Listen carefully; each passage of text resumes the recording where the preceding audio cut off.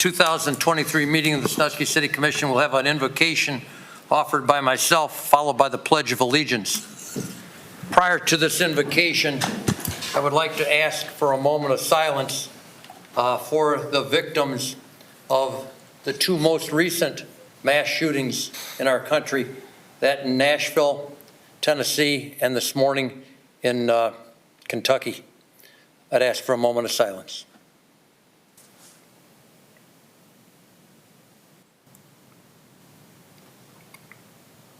Lord, we ask for your wisdom as we make some tough decisions in this meeting. Help us to carefully consider the relevant information that has been gathered. Help us to be innovative as we brainstorm solutions, and help us to wisely evaluate our options, considering the pros and the cons. Help us to be united in making the best possible decision and to effectively carry them out. Amen. Amen. I pledge allegiance to the flag of the United States of America and to the republic for which it stands, one nation, under God, indivisible, with liberty and justice for all. Ms. Myers, will you call the roll? Yes, Mr. President. Mr. Harris. Here. Mr. Meinzer. Here. Mr. Poole. Here. Mr. Murray. Here. Mr. Brady. Here. Mr. Bajali. Here. Mr. Waddington. Here. Commissioners, you have before you the minutes of our meeting of March the 27th, 2022. What is your pleasure? Mr. Chairman, Official Jolly. I move that we accept the minutes of the March 27th meeting and dispense with the formal reading. Second. Mr. Pajali, you know that that's Mr. Waddington's motion. He tried to throw me off and almost recognized you as Mr. Waddington, which I will never do again. He forced it on me. There's been a motion and a second discussion. Without objection, that motion will be approved, and hearing no objection, that motion is approved. Any residents with comments regarding tonight's agenda items, please step to the podium, share with us your name, address, and your comments on our agenda. No mass rush to the podium. We'll move on. We have the pleasure this evening of welcoming two new Sandusky police officers. I will ask Chief Oliver to do the honors. Thank you, sir. Through you, Commission President, the rest of commissioners, I want to bring down our two newest officers. Recent hire, Spencer O'Connell. He got hired in late last month. He's been a reserve officer with us for about the last 7 months, probably at least. About 8 now. Okay. He's a Marine. He's a member of the United States Marine Corps. He's a reservist. He's also in his final year at the Ohio State University, so he's finished up his bachelor's degree. We look forward to working with him. He came to us from security. He was a security officer at Cedar Point, too. This is Thomas Williams. He started employment with us last week. He's been working at the Erie County Juvenile Justice Center since around 2018. He graduated the police academy last year through the Lorraine Community College Police Academy. He comes to us fresh out of the academy with that experience with juveniles, so we're looking forward to watching him grow too. They're both in the field training program. They got about 4 months of training with our officers, and they'll be out on shift after that. That brings us to 48 full-time officers, which is the most we've had at the police department in a few years, at least since I've been the chief, and I think going longer than that too. It's been a little while. With your support, and obviously administration, the support of the administration, we're still actively recruiting. We're starting a new list again here pretty soon, so we're looking for 5 more full-time officers. We'll keep going. Excellent. We look forward to having them. We're excited. We're glad they chose us, and we'll support you along the way.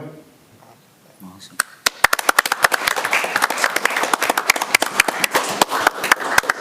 Thanks to both of you. My speech is usually to thank you for taking a chance on us. I know this street runs both ways. We're taking a chance on you and you on us and our city, but I'm looking forward to this being a good resolution. Thanks for being here. Thank you, sir. You guys are good to go. Thanks for coming down. Thanks, sir. You got it. Commissioners, you have before you several communications from staff recommending various pieces of legislation. Can I have a motion to accept those communications? So moved. Second. Been a motion and a second discussion. Without objection, that motion will be approved. Hearing no objection, that motion is approved. Commissioners, we have 4 items on the consent agenda this evening. Do any of you wish to move any of those consent items to the regular agenda?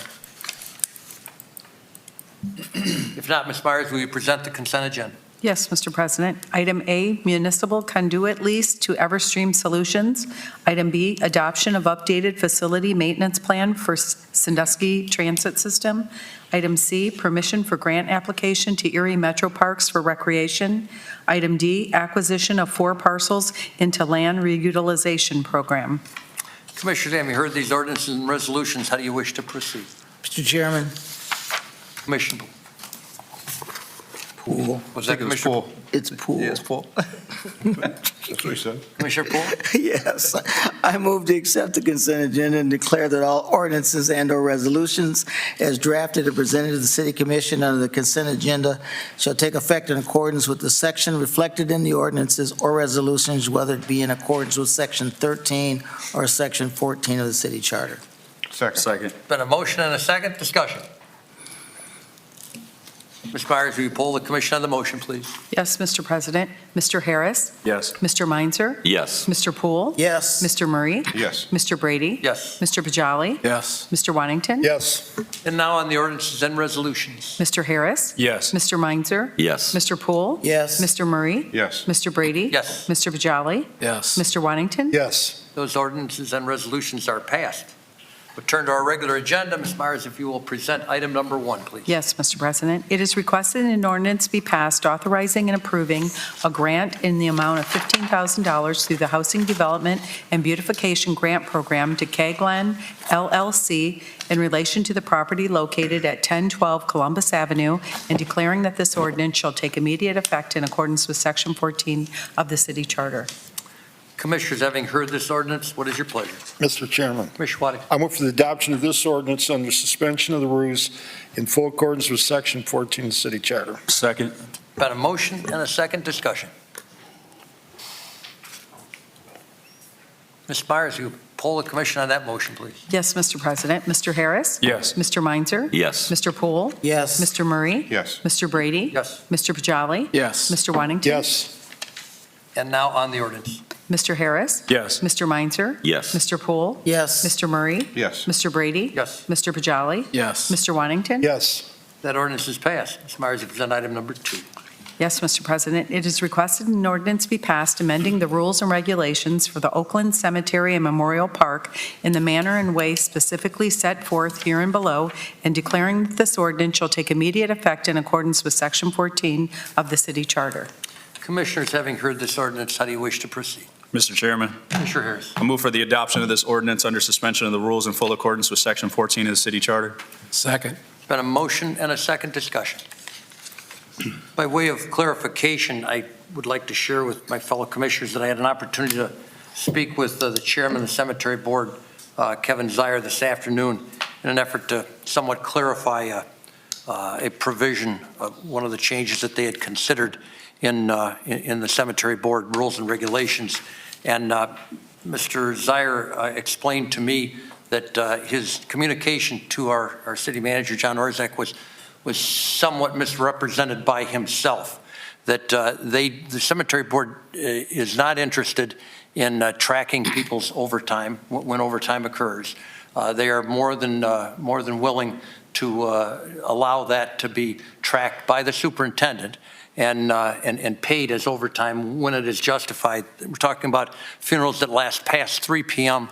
On a weekday or a weekend, and their board would just like to be notified of that overtime after the fact, but they, by no means did he intend to represent that the board approved a change that would require overtime to be approved by the cemetery board and then brought to the city commission for approval. That process would be very disjointed, and those are words coming from Mr. Zier, the chairman of the cemetery board.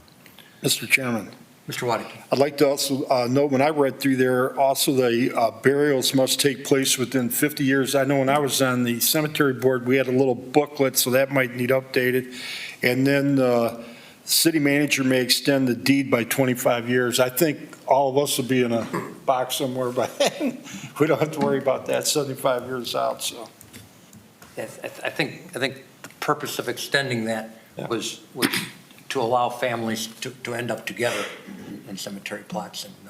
Mr. Chairman, if I may. Span five decades. Okay, if I may, they were doing, I don't know if maybe City Manager John Orzak knows, they were doing computerized, I've been off that cemetery board probably 5, 6 years, but they were doing a computerized of all the burial sites out there where if a family come in from out of town, they hadn't been here like in 10 years, they'd be lost.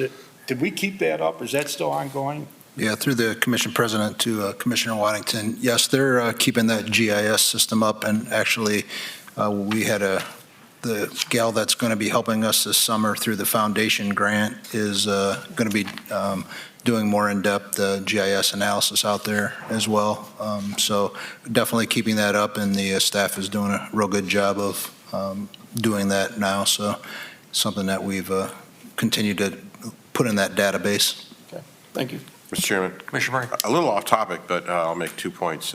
One, if you haven't caught one of the library cemetery tours for Oakland Cemetery, I'd suggest you do it. Keep an eye out open for it. It's in the register every so often. There's some really cool people out at the cemetery. I think they're still there in some ways. And there's some really beautiful people, too. It is really worth doing so. And by the way, this sort of sunsetting of the grave sites is very important. It was adopted into state law just a few years ago. What had happened is we had all these orphan plots, and these older cemeteries, like ours is getting to be, had all these empty plots, and they didn't know what to do with the deeds since they couldn't, so they didn't do anything with them. So this is a way of making sure that those kind of lost grave sites are utilized properly, and the cemeteries can remain open and have the revenues that they need. Additional comments or questions, Commissioners? Ms. Myers, you poll the commission on that motion, please. Yes, Mr. President. Mr. Harris? Yes. Mr. Meinzer? Yes. Mr. Poole? Yes. Mr. Murray? Yes. Mr. Brady? Yes. Mr. Bajali? Yes. Mr. Wantington? Yes. And now on the ordinance. Mr. Harris? Yes. Mr. Meinzer? Yes. Mr. Poole? Yes. Mr. Murray? Yes. Mr. Brady? Yes. Mr. Bajali? Yes. Mr. Wantington? Yes. That ordinance is passed. Ms. Myers, you present item number 3. Yes, Mr. President. It is requested an ordinance be passed authorizing and directing the city manager to purchase a single-axle truck equipment package from Henderson Products Incorporated of Bucyrus, Ohio, through the Sourcewell Cooperative Purchasing Program for the Sewer Maintenance Division, and declaring that this ordinance shall take immediate effect in accordance with Section 14 of the city charter. Commissioners, having heard this ordinance, how do you wish to proceed? Mr. Chairman, Commissioner Poole. I move to adopt this ordinance under suspension of the rules in full accordance with Chapter 14 of the... I fooled you by pronouncing your name correctly. Yeah, it was like, he actually called me Who's this that guy? time. Do I have a second? Section 14 of the city charter. Thank you. Second. We've got a motion and a second discussion. Okay, Mr. Chairman, Mr. Murray. I really tried to understand what this was other than a snowplow hitch. But can someone explain what it is that we got as part of this package? I know Mr. Klein has a deep understanding of what we got here. We bought the truck, now we got to buy the tires or something like that. Yes, through the commission president, every time we buy a truck, we're usually, we're buying really just the chassis of that vehicle. And in this case, we need to outfit it with everything else that's needed. We have to have the snowplow package for the winter, but also this truck will be handling grit and dumpsters and all of those things, so it is going to have to be able to have the package that's going to accept those dumpsters and those pieces of equipment as well. Okay, thank you. Additional comments or questions, Commissioner? Ms. Myers, you poll the commission on that motion. Yes, Mr. President. Mr. Harris? Yes. Mr. Meinzer? Yes. Mr. Poole? Yes. Mr. Murray? Yes. Mr. Brady? Yes. Mr. Bajali? Yes. Mr. Wantington? Yes. And now on the ordinance. Mr. Harris? Yes. Mr. Meinzer? Yes. Mr. Poole? Yes. Mr. Murray? Yes. Mr. Brady? Yes. Mr. Bajali? Yes. Mr. Wantington? Yes. That ordinance is passed. Ms. Myers, you present item number 4. Yes, Mr. President. It is requested an ordinance be passed authorizing and directing the city manager to enter into a contract with Precision Paving Incorporated of Milan, Ohio for the 2023 local street resurfacing project, and declaring that this ordinance shall take immediate effect in accordance with Section 14 of the city charter. Commissioners, having heard this ordinance, what is your pleasure? Mr. Chairman, Commissioner Harris. I move for the adoption of this ordinance under suspension of the rules in full accordance with Section 14 of the city charter. Second. Got a motion and a second discussion. Mr. Chairman, if I could, for 1 minute, please. Storzak. I got a question from Mr. Schwanger, and I advised him that I would be answering that question tonight, and Mr. Klein can chime in if I don't hit all the bullet points. But the question essentially was why we spent $1.7 million last year on street resurfacing, and we're only doing $750,000 this year. The answer to that, in a nutshell, is that the city commission and leadership had determined when the ARPA funds came that we were going to have $5 million of those funds dedicated for street resurfacing. The engineering department, and doing all their planning, front-loaded those years. So the first year and last year, they spent a lot more on of the $5 million. So we're at about $3.1 million. With this, we're going to be close to $4 million, and then next year they'll finish out that funding contribution for the $5 million. So basically, it's timing. The engineering department had put more emphasis last year because they knew they were going to have big projects like Perkins Ave and Warren Street, some of those other humongous projects. So it's more of a timing issue and staffing issue than anything, but we are certainly committed to and are on track to spend the $5 million that the commission had approved. A lot of years since we could fathom spending $1 million on paving a year for 5 years, so those funds certainly allowed us to do that. Additional comments or questions, Commissioners? Mr. Chairman, Commissioner Poole? just in general about the decision that was, the reason you did this is certainly acceptable. It's one of many ways you can do it. But the question itself came up as a result of the recognition by the public how important streets are. And the amount of money that we assigned, that $5 million ARPA money, is money that didn't exist, or except, just we're lucky to have it. Doesn't change the fact we have an obligation to do streets. And just going forward, I look forward to the conversation about where we're going to find more money to spend on our streets, and get out our pencils and see what are we spending money on that perhaps streets should take some priority on. Additional comments or questions, Commissioners? Ms. Myers, you poll the Commission on that motion. Yes, Mr. President. Mr. Harris? Yes. Mr. Meinzer? Yes. Mr. Poole? Yes. Mr. Murray? Mr. Brady? Yes. Mr. Bajali? Yes. Mr. Wantington? Yes. Now on the ordinance. Mr. Harris? Yes. Mr. Meinzer? Yes. Mr. Poole? Yes. Mr. Murray? Yes. Mr. Brady? Yes. Mr. Bajali? Yes. Mr. Wantington? Yes. That ordinance is passed. Ms. Myers, you present item number 5. Yes, Mr. President. It is requested an ordinance be passed authorizing and directing the city manager to enter into a contract with B&B Construction of Doylestown, Ohio for the Fire Station Number 7 roof repair project, and declaring that this ordinance shall take immediate effect in accordance with Section 14 of the city charter. Commissioners, having heard this ordinance, what is your pleasure? Mr. Chairman, Commissioner Waddington. I move for the adoption of this ordinance under suspension of the rules in full accordance with Section 14 of the city charter. Second. Been a motion and a second discussion. Mr. Klein, this bid came in considerably less than the engineer's estimate and considerably less than Mr. Bajali's estimate, which is a good thing. Yes, unfortunately for us, Mr. Pajali did not bid on this project. Fortunately for but us. That's when I thought Mr. Meinzer was doing the rough. The engineer did check in early on, and knowing that there was concern about the engineer's estimate, he was right on with what was expected of this project, but we were pretty competitive. The highest bid on here was right in the range of what he had anticipated it being, so we were surprised that we got somebody down by Akron to actually bid on the project and be the low bidder, but we're excited. We did a lot of reference checks, and they check out, and they've done this type of work before as far as contracting with local governments, so we're confident that they can do it for this price. Great. Additional comments or questions, Commissioners? Mr. Chairman, great price, but the bad news is the thatched roof, so It's we'll that. see how it lasts. Grass or thatch? Did you say Thatched. thatch? Thatched, Oh, yeah. boy. Ms. Myers, you poll the Commission on that thatched roof ordinance. Yes, Mr. President. Mr. Harris? Yes. Mr. Meinzer? Yes. Mr. Poole? Yes. Mr. Murray? Yes. Mr. Brady? Yes. Mr. Bajali? Yes. Mr. Wantington? Yes.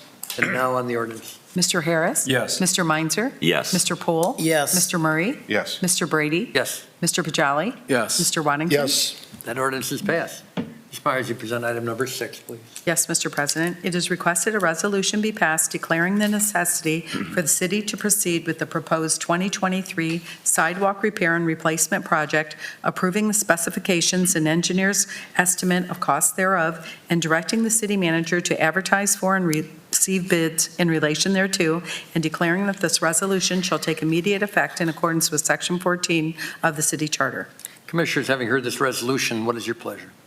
Mr. Chairman, Commissioner Meiser. I move for the adoption of this resolution and declare it takes immediate effect in accordance with Section 14. Second. Been a motion and a second discussion.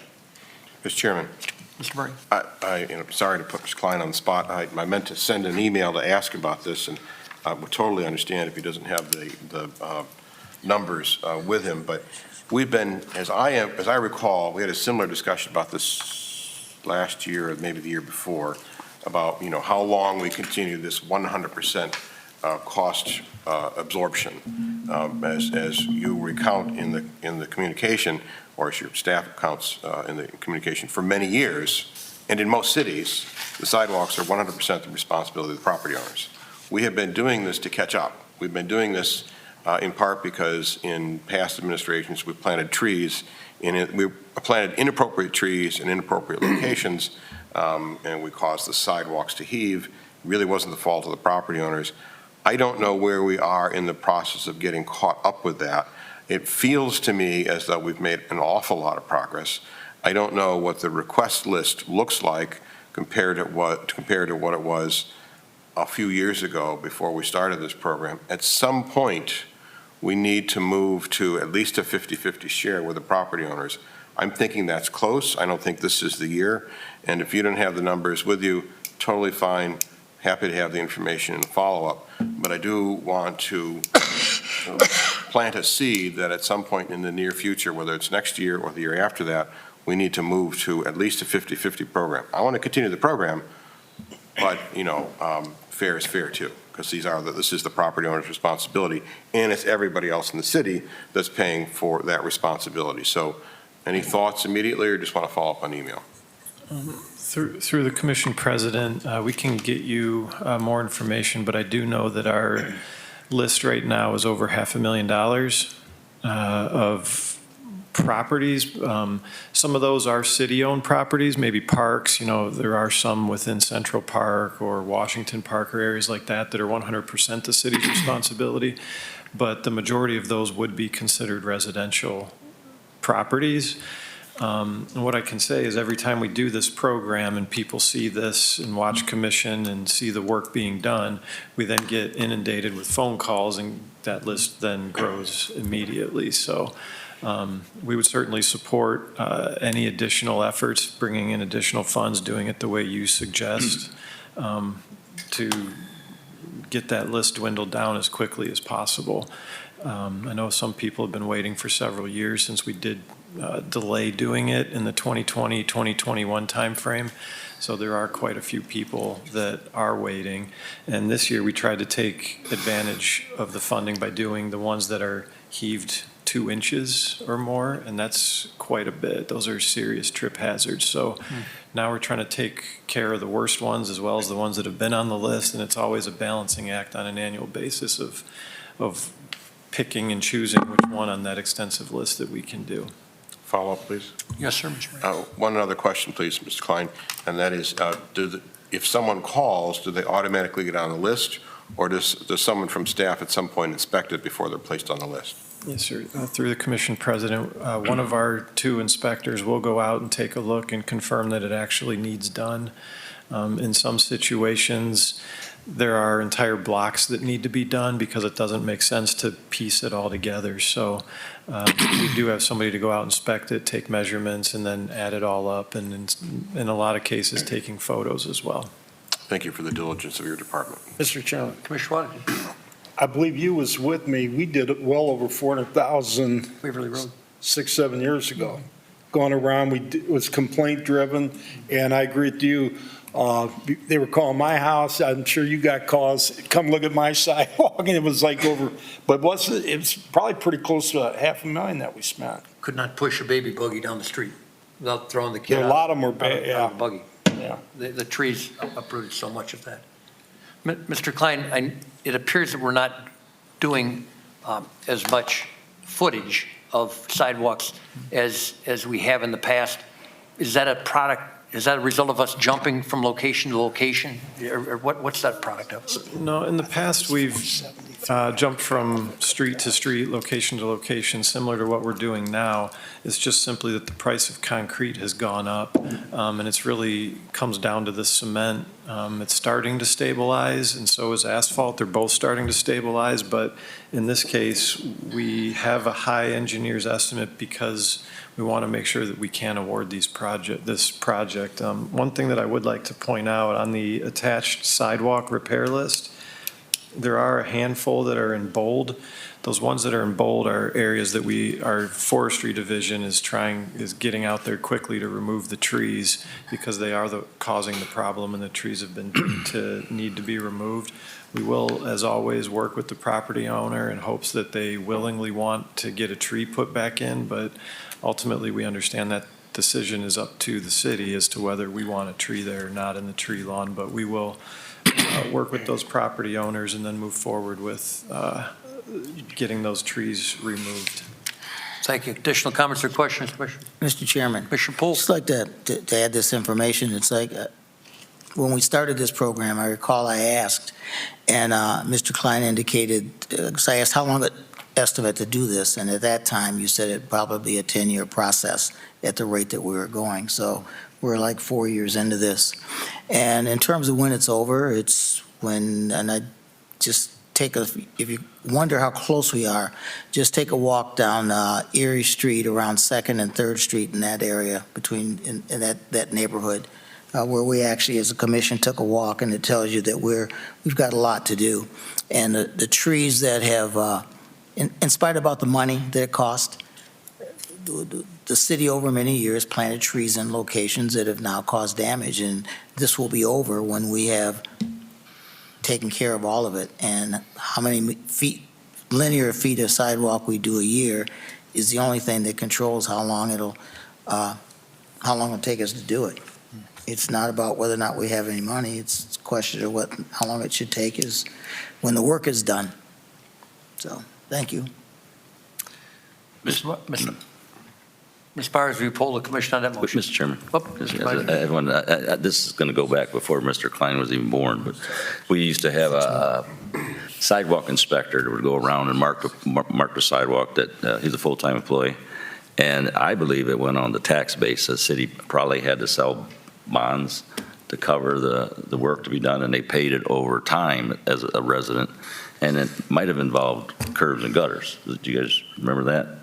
Curbs and gutters are replaced. And when I drive around town, the curbs and gutters are really rough. I mean, we got brand new streets on them, but personally, mine are bad. I can't even cut the grass. So and I wouldn't mind paying for it, but the useful life of a curb and gutter is going to be hopefully 25 years, but I don't have 25 years to live, and I don't think it's going to improve my property value that much. So it would be nice if you could spread the tax payments out over the years if the city could get the bonds to cover it. So I think that would be the challenge with the debt service on the bond.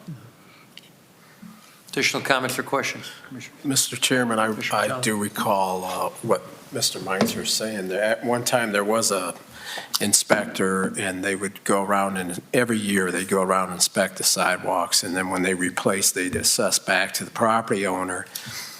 And at one point, we started to use some block grant funds, but you can't assess back with block grant funds. It had to be 100%. So I don't know what happened after that. But just to back up what Mr. Meinzer is saying. And if we're going to toss around ideas, that's not always real popular when you walk up and say we're going to put new curbs and gutters in the sidewalk and you're going to pay for it. And we've made it somewhat more difficult for ourselves because we have been so generous to do those 100%ers. For free. And where do you back out of that? Where do you back up? It does, like Mr. Poole stated, it will extend our lifespan of doing sidewalks instead of 20 years, 30 years, 40 years. You know, at some point there's got to be an end to it. Maybe there's never an end to it. Mr. Poole? Yeah, Mr. Chairman, yes, I would think that perhaps this is something that we need to do for the community. I mean, what else you can spend the money on that's better? I mean, we've yet to have a conversation about priorities of what does this community need now? The goal is to attract people into the community. And sidewalks and the chance of having to pay for your own sidewalks, that it's not your fault when you're moving in that the sidewalks are in bad condition. Those aren't things that are incentives for people to move here. So I think we're going to have to rethink the way we do business. What are we trying to accomplish and what actually contributes to people's decision to move to this community? Additional comments or questions?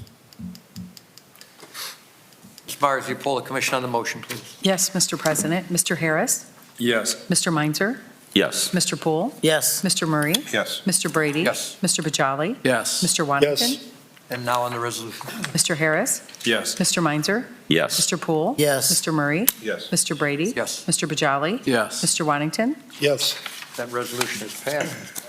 On item number 7, please. Yes, Mr. President. It is requested an ordinance be passed approving and ratifying the submission of grant applications for financial assistance to the Office of the Attorney General through the Ohio Law Enforcement Body Armor Program and to the U.S. Department of Justice, Office of Justice Programs, Bureau of Justice Assistance through the Bulletproof Vest Partnership Program, authorizing and directing the city manager to purchase 10 Level 3A soft panel ballistic vests and external carriers from Lucky Stone of Huron, Ohio, for the police department, and declaring that this ordinance shall take immediate effect in accordance with Section 14 of the city charter. Commissioners, having heard this ordinance, how do you wish to proceed? Mr. Chairman, Commissioner Harris? I move for the adoption of this ordinance under suspension of the rules in full accordance with Section 14 of the city charter. Second. Been a motion and a second discussion. Chief, do I understand we're buying these from someone here in Ohio? Yes, Mr. President. Lucky Stone Outfitters in Huron, Ohio, does all of our uniform. They actually service most of the uniforms through the area. It used to go through Rackage and Rackage out of Elyria. They've since gone out of business. So Lucky Stone does uniforms from Lorraine PD, Elyria PD, us, and all the other local. One of those law enforcement state-approved things where they get. Yes, sir. So we know we're getting the best price. Yes, sir. Good. Nice to do business with a neighbor. It is. Yeah, she does a great job. Additional comments or questions, Commissioners?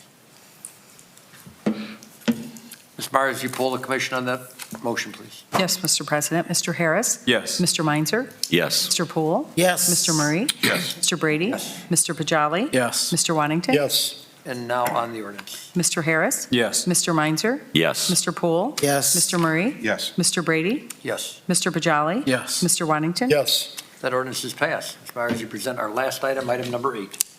It is requested an ordinance be passed amending ordinance number 23-076, passed on March 27, 2023, approving a modified water pollution control loan fund agreement between the City of Sandusky, the Ohio Environmental Protection Agency, and the Ohio Water Development Authority to finance the cost of the design, construction, and inspection of the Mill Street High-Rate Treatment Project and the Ultraviolet Disinfection Refurbishes Project, and declaring that this ordinance shall take immediate effect in accordance with Section 14 of the City Charter. Commissioners, having heard this ordinance, how do you wish to proceed? Mr. Chairman, Commissioner Meiser. I move for the adoption of this ordinance and declare it takes immediate effect in accordance with Section 14. Second. Been a motion and a second discussion. Mr. Orzak, are you prepared to tell us what we're doing here? Yes, Mr. President, Commissioners. First off, I'd like to thank the staff that's been involved, Aaron Klein, Brendan Heil, Michelle Reeder. As you know, we had this before the commission at the last meeting, and we have an opportunity to successfully be partners with Erie County and offer them the opportunity to have a low-interest loan that we had applied for, and Mr. Klein and his staff had done a lot of diligence over the months. And we have the ability to add the county's portion of these two projects to the loan. And the county commissioners voted last Wednesday for certain criteria and certain things that they were going to commit to doing for the city. Particularly, all of the invoices that are going to be paid. There's 2 projects that were outstanding that we've come to agreement on. Also, the percentage of the ultraviolet project and the UV project and the HRT project. And so, as everyone's quite aware, there's been litigation and concerns and a lot of attorneys making a lot of money. And I think we're at a point that we can turn the page. We have a substantial agreement with Erie County and for the partnership of the sewer agreement. We will have a meeting and put all this into a sewer agreement addendum that will come back to commission as soon as we can get that done. So it's an opportunity. I think, Hank Soloway and Pat Shenago had a lot of help along the way in getting this done in a short amount of time. And I just want to thank the commission for their opportunity to vote tonight and really, I think, extend an olive branch both ways, the county to us and us to the county, and getting this sewer agreement locked in. And we don't have to argue and fight for 30 years. Comments or questions, Commissioners? Mr. Chairman, Commissioner Murray. if I could restate it, Mr. Orzak, essentially what we're doing is we're raising the lid a little bit so we have room to accommodate the county with this loan. And we've had a lot of good conversations, moving in the right direction, but we just, that's not finished yet, so there'll be some legislation that will come to us at some later date that would modify the sewer services agreement. That's correct, sir. Okay, thank you.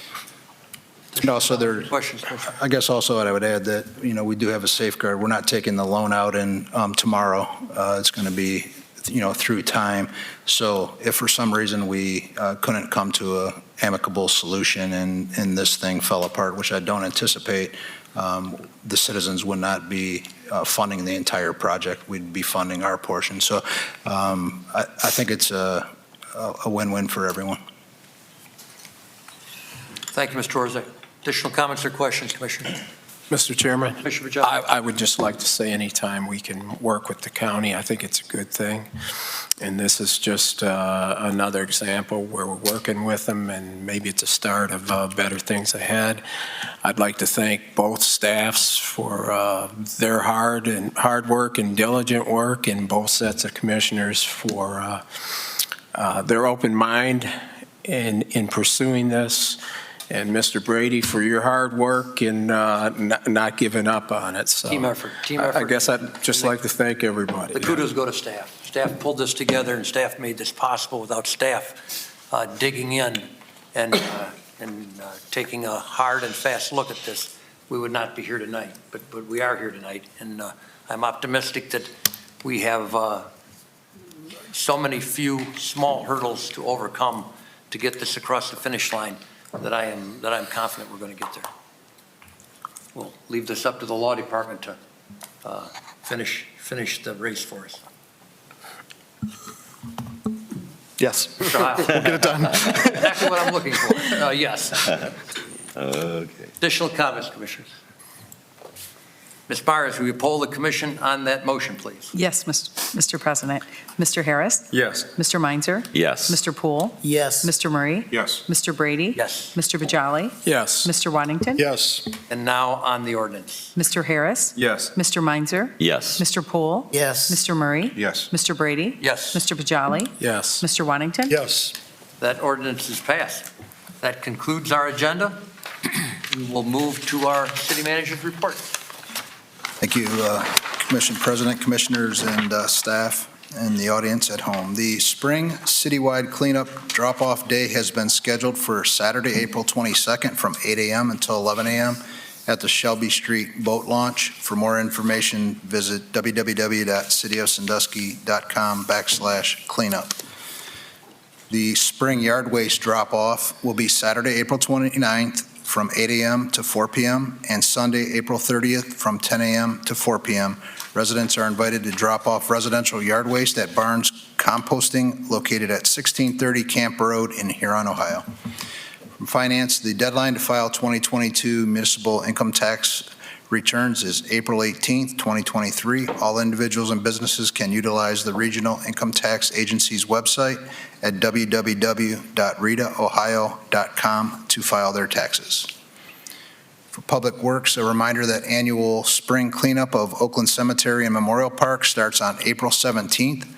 Residents and patrons are asked to remove anything they wish to keep prior to this date. To allow sufficient time for cleanup, new cemetery decorations can be placed starting April 24th. From Community Development, the city is in receipt of an Economic Development Transfer, or a TREX, form from Sandusky Book Bar LLC. The permit is coming from MDA Enterprises LLC, doing business as Habanero of Cincinnati, Ohio. From their application to the state, Sandusky Book Bar LLC estimates they will invest $100,000 in this project, create 4 jobs at their facility with the intention to grow and generate an additional $22,275 in sales tax. Business is a coffee shop bookstore that will also have a small bar. The owner intends to be open daily from 7 a.m. to 8 p.m. It is requested the City Commission, by motion, provide authorization to sign off on the TREX transfer form indicating the City of Sandusky endorses and acknowledges this transfer will be for an economic development project which will benefit the community. This proposed TREX transfer will come back to the City Commission one additional time in the near future by the Division of Liquor Control for one more step where the city will indicate whether a hearing is requested prior to being authorized by the state. If I can get a motion. So moved. Been a second to that motion? Is there a motion? Is there a second? Second. There's a motion and a second. Discussion. Mr. Chairman, Mr. Murray. just curious about where this is and who it is the parties are involved. The location is the former YMCA where Honor Metal, Sheet Metal is. It's a family member of that business that is going to be opening up this business at that location. Thank you. Ms. Myers, will you poll the commission on that motion? Yes, Mr. President. Mr. Harris? Yes. Mr. Meinzer? Yes. Mr. Poole? Yes. Mr. Murray? Yes. Mr. Brady? Yes. Mr. Bajali? Yes. Mr. Wantington? Yes. That motion is passed. Okay, and the Housing Development and Beautification Grant Program is now closed. The city received more than enough eligible applications within the first 3 weeks of opening the program to fully commit the initial and added budget allocation. We are pleased to announce that during the 2023 program year, the city of Sandusky will be assisting over 120 citizens to repair or improve their property or acquire a home for owner occupancy within the city. The program sparked over $3.4 million in private investment for residential property improvements and welcomed 20 new homeowners to the city. We are excited to see all the improvements and will continue to work with our code compliance team in assisting homeowners with maintaining their property free from violations. And the last is for planning. As part of the city's preservation design guidelines update, members of the public are invited to a community open house on Wednesday, April 19th from 5 to 7 p.m. in the Commission Chamber at City Hall. There will be a short presentation as part of the Landmark Commission meeting at 5 p.m. After the adjournment of the meeting, there will be a series of activities to get input on the future of historic preservation in Sandusky. That will conclude the report for this evening. Questions or comments for the city manager? If not, we will move to items of old business. Any items of old business, Commissioner? Items of new business. Any items of new business, Commissioner? Mr. Chairman, Commissioner Murray. one of the items on our agenda tonight prompted me to ask some questions about whether the project that we supported with the residential redevelopment funds was a VRBO project. I learned it was not, and was pleased to learn that it was not, and that was full-time rental properties. But I think that we need to give some consideration, and I've had some conversations with staff, Ms. Gilson in particular, about where we are with this process and where we want to apply these economic development dollars. I think we are at the point where VRBOs in the city can support themselves on their own, and I think it's time for us to consider refocusing that program to just properties that are either owner-occupied or they are full-time rental properties. I think by continuing to support the VRBO rentals, we're continuing to contribute to a dynamic that we've seen unfold nationwide, and I think it's present locally, where we're funneling dollars into properties used by visitors, but it's to the detriment of existing citizens and driving up some rents. And I think that we need to draw a line someplace. We needed to do this for a period of time, but I think we've reached that tipping point, and I don't think that we need to do that anymore. So we don't need to do this in a formal way. When we adopted this program, we just expressed the will of the commission to staff, and then staff adjusted their guidelines appropriately. But I'm chirping up and saying I think it's time to bring this to a close. I'm hopeful that there is support on the commission for that concept. I'm anxious that we can, as a commission, can unify behind the idea that perhaps we need to not change the ED end of our business entirely, but if we can return to a need base, somewhat to a need base, and how about if we get back to a concept that the project should really be transformational for us to make a large investment in it? I think kind of we've missed that point.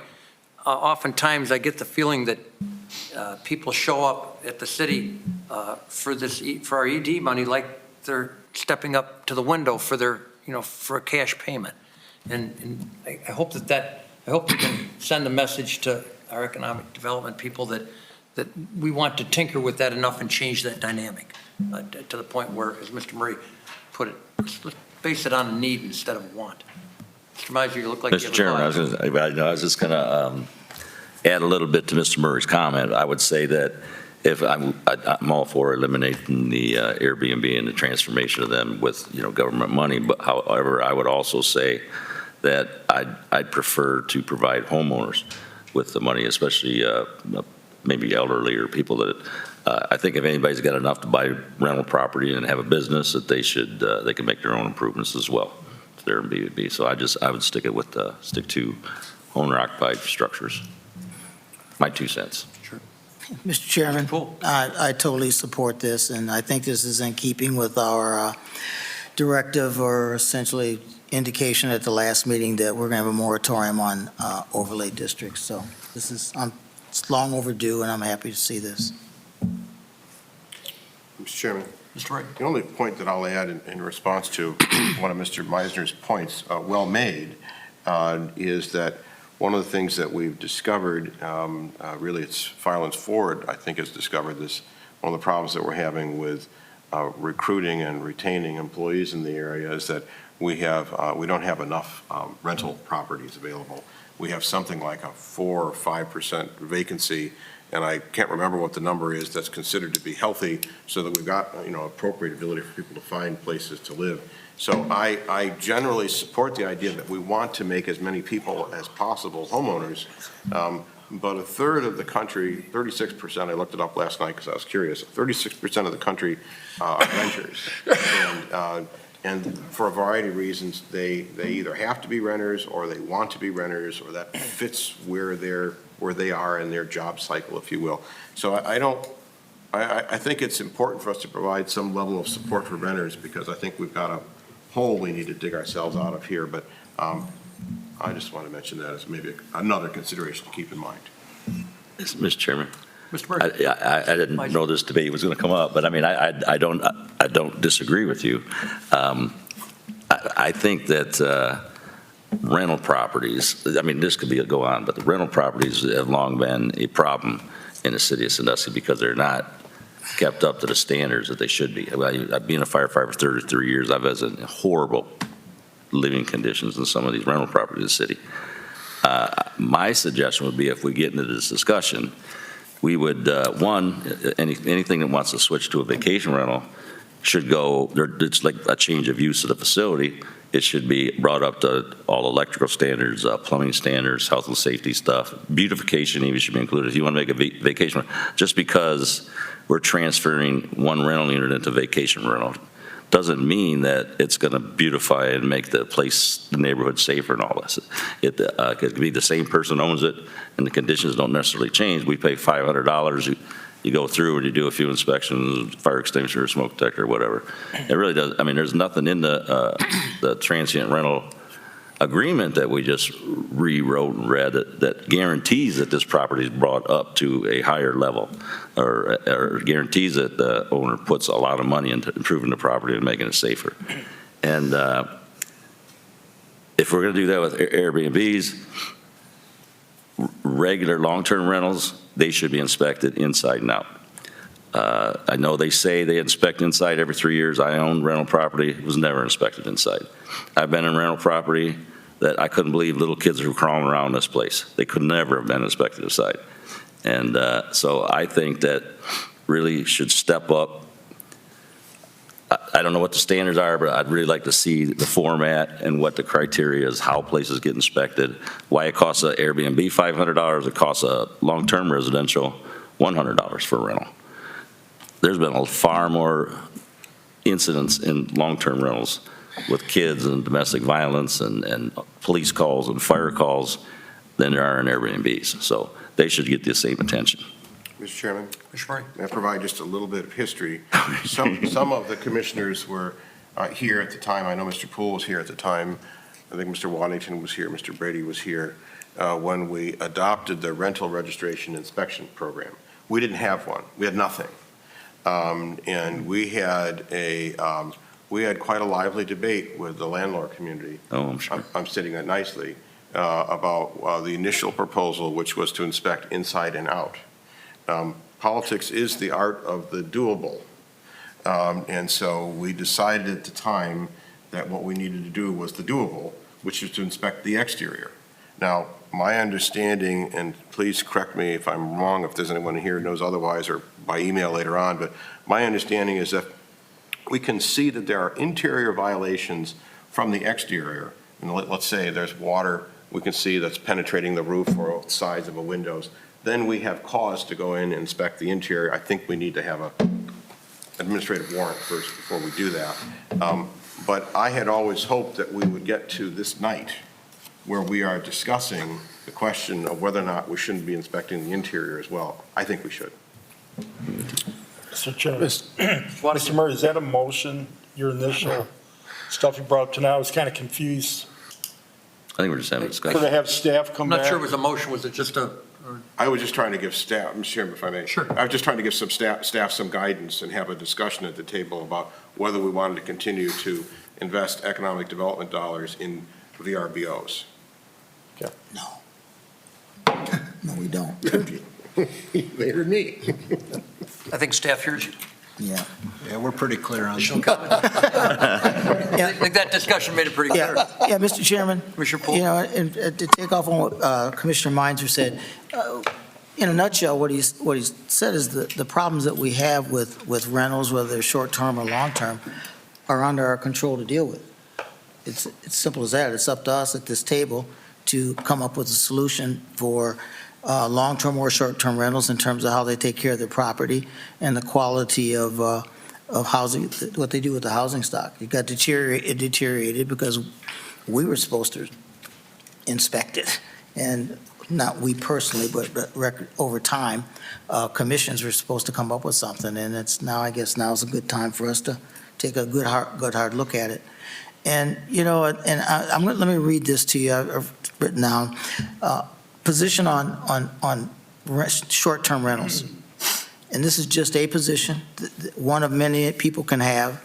Short-term rentals are disruptive to the character and fabric of our residential neighborhoods. They're inconsistent with land uses that are intended for our residential zoned areas and increase the price of housing for Sandusky resident population by removing housing stock from the for sale and long-term rental markets. I think that any economic benefits of opening up our residential areas to tourism are far outweighed by the negative impacts to our neighborhoods and local residents. There's no significant advantage to tourists staying in transient rental units rather than motels.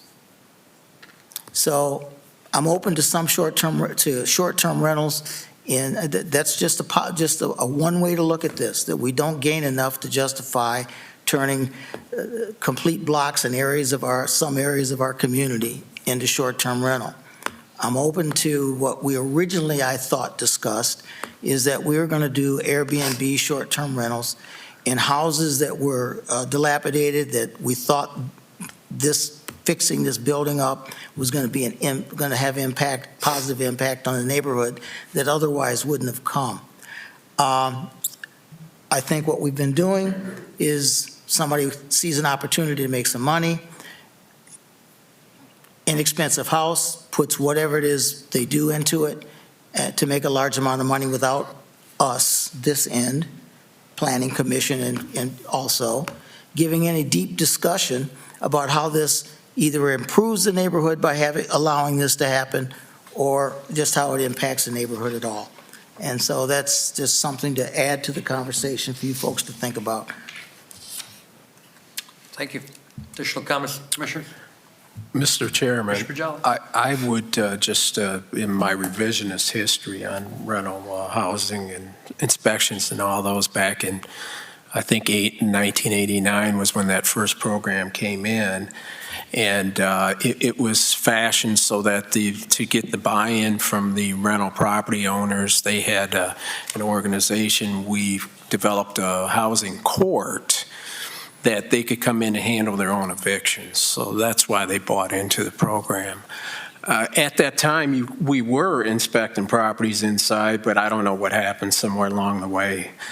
That went by the wayside, and they went with probable cause instead of, our thinking was, well, you pay for a permit, and that triggers an inspection, inside and out. Just my thought on rental housing is that no matter what you call it, transient housing or anything else, it's rental housing. And the entire time I've been involved in the city and lived in the city, I always heard people say, I don't want to live in Sandusky, there's too much rental housing. So no matter how you fashion this or what you call it, to me, it's just more rental housing. And I'm also glad we're having this discussion this evening. Perhaps an outgrowth of this brief conversation tonight is the will of the commission appears to be that we would like to strengthen our code issues and strengthen the ordinances that pertain to these things. So I would ask staff to listen to what our thoughts were tonight and to come back to us with some suggestions as to how to do that. I don't think we have to throw the baby out with the bathwater here, but I think some changes are needed, and we have an opportunity to try to catch a falling knife in what we're doing here, because that's what we have right now. We will. I know the backlog and requests for transient rental permits is as long as my arm right now. Maybe it's a good thing, maybe it's a bad thing, but I think we have to, more than just periodically, we have to review it. We do have to review it now. Thank you, Mr. Murray, for your suggestion to get us started on it. Additional items of new business. I have two. And one is prompted by a piece of legislation that we had tonight in my conversation with the chairman of the cemetery board. He indicated to me that their board only meets twice a year. Mr. Zier does not believe that that's adequate, nor do I. And I think that the message that we send to any of our boards or commissions that we ask volunteers to serve on is, if you're only going to meet twice a year, we really don't care what you have to say. And that's the feeling that I get.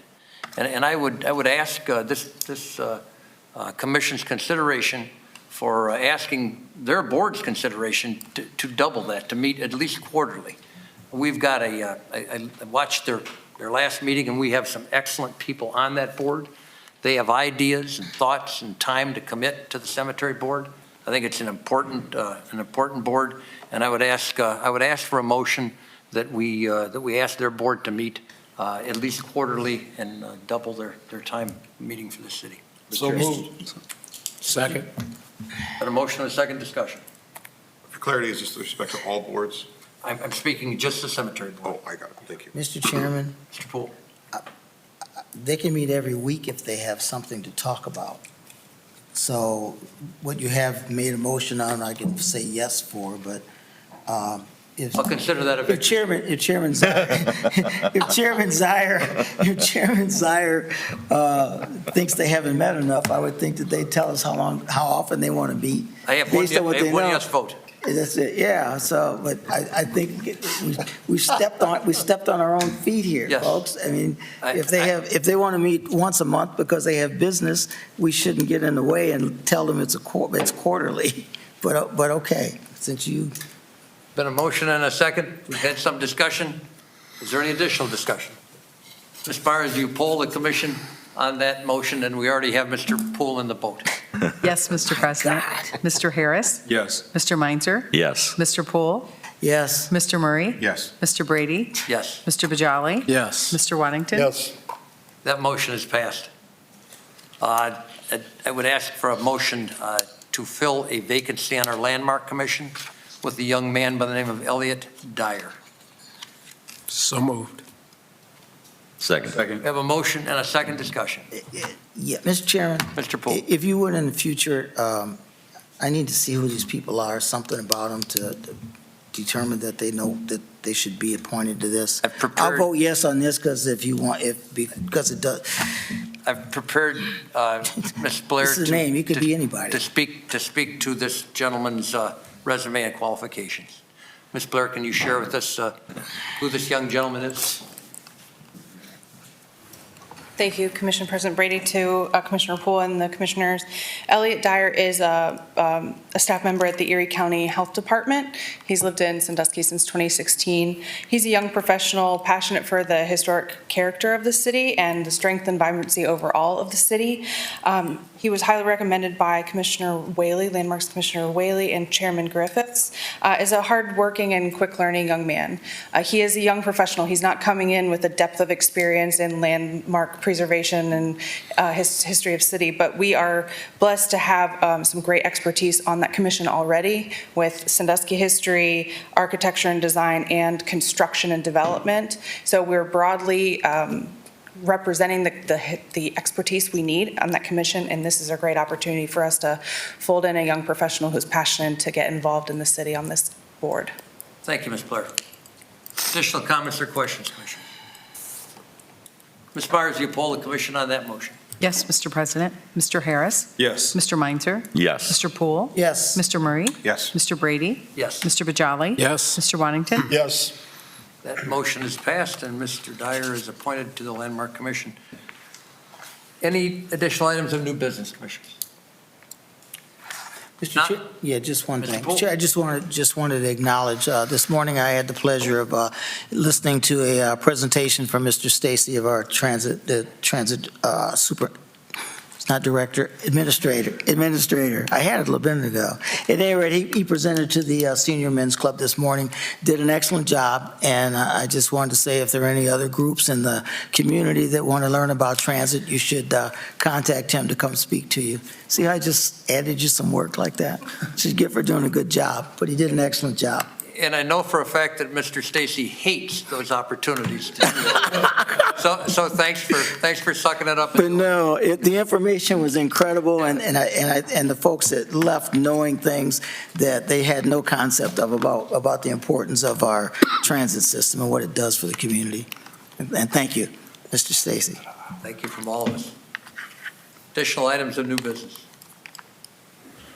Any public comments on items that pertain to any city business? Please step to the podium, identify yourself, and tell us your thoughts.